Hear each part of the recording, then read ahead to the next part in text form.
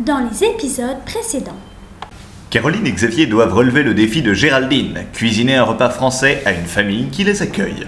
Ils ont tenté au Laos de cuisiner, mais ont préparé à la demande de leurs hôtes des spaghettis bolognaises. Comme le faisait mon grand-père. Un repas très apprécié des convives, mais pas tellement français.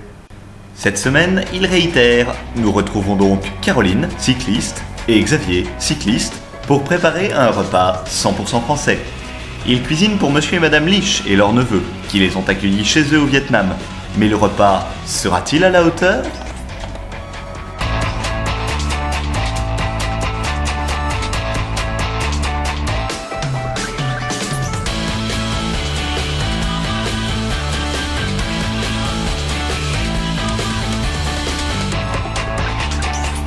Alors on a choisi la salade lyonnaise pour sa fraîcheur, et puis les lardons, les œufs pochés, le fromage, les petits croûtons, ils connaissent pas trop ici, donc on s'est dit que ça pourrait leur plaire.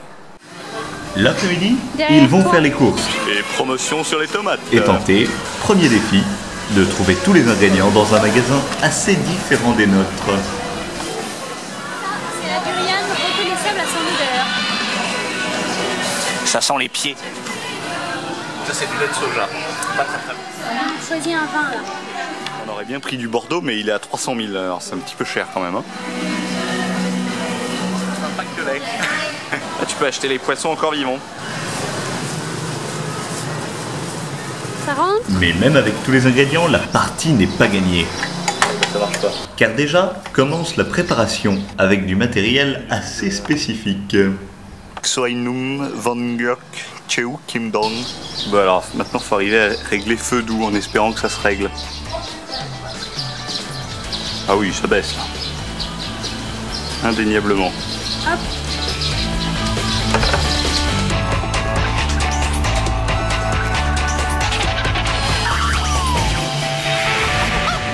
La dernière étape, les œufs pochés. Qui ont un peu poché quand même, hein, c'est pas trop mal. Ankem.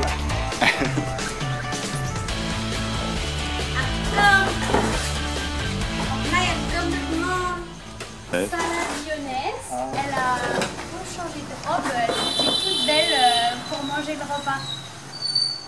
Et elle se recoiffe. Quand j'ai vu qu'elle avait changé de robe, je me suis dit c'est bon, la soirée est lancée, tout va bien. Waouh! Deb, deb, Deb. deb.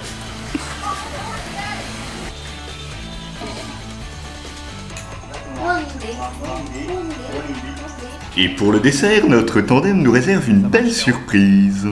Je suis en train d'éplucher les pommes pour faire un gâteau aux pommes. Ici, il n'y a pas de four, donc c'est pour nous la première fois où on tente un gâteau aux pommes avec une poêle. Oui, c'est une recette qu'on tient de ma grand-mère, qui avait en fait l'habitude de cuisiner dans des conditions extrêmes, hein, puisqu'elle a grandi en Lorraine. Les maisons, tout ça. C'est la cuisson qui va être décisive. Ouais, surtout l'étape du retournage, je pense. Le gâteau semble accroché. Oui, mais c'est pas trop fromage, je pense. Bon, tu tentes un retourné acrobatique? Là, Caro, à mon avis... Là, c'est hyper long. Oui, mais si ça accroche trop, après, ce sera... T'arriveras pas du tout à le retourner. Ah, quel dilemme. Cette histoire de cuisson m'a complètement bloqué. J'étais perdu, je savais plus quoi faire. Et du coup, j'ai pris une grande décision. J'ai décidé de ne rien faire du tout, en fait. Et j'ai laissé faire ma femme. Ça s'est avéré être une très bonne décision. Voici le gâteau à la poêle. Opération réussie, puisque les invités ont liquidé tous les plats. La patronne a même demandé la recette. Après, il y a sucre,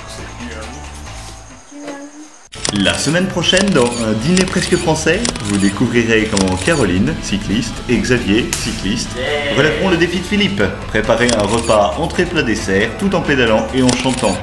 Ne manquez pas ce repas presque foiré.